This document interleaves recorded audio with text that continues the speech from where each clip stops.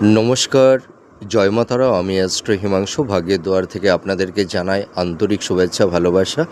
আজ আমি যে প্রেডিকশানটি করতে চলেছি, জাতকেরা হলে ডান হাতটিকে দেখবেন আর জাতিকারা হলে বাঁ হাতটিকে দেখবেন।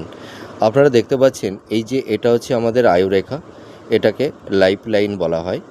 তা যদি কোনো জাতক জাতিকাদের এই হাতের আয়ুরেখার সঙ্গে এই ধরনের যদি ফিস সাইন তৈরি হয়ে থাকে, এইটা দেখুন রাহুর স্থান, ঠিক আছে?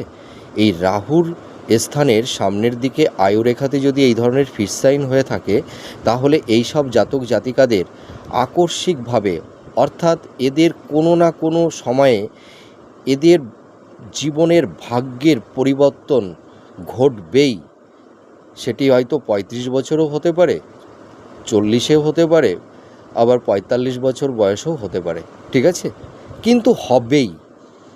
এদের আকস্মিক অর্থপ্রাপ্তি হবে, মানে এরা নিজেরাই বুঝতে পারবে না যে আমাদের লাইফস্টাইল রাতারাতি এইভাবে পরিবর্তন হতে পারে।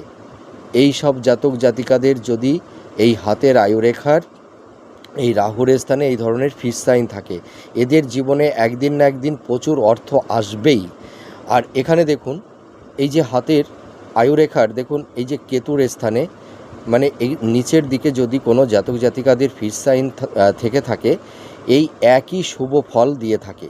তাছাড়া দেখা যায় মানে ফিস সাইন হয়তো কারুর দুটোও থাকে, একটাও থাকে, একই ফল দেবে, ঠিক আছে? দুটো থাকলে হয়তো একটু তার পজিটিভ এফেক্টটা একটু বেশি থাকবে।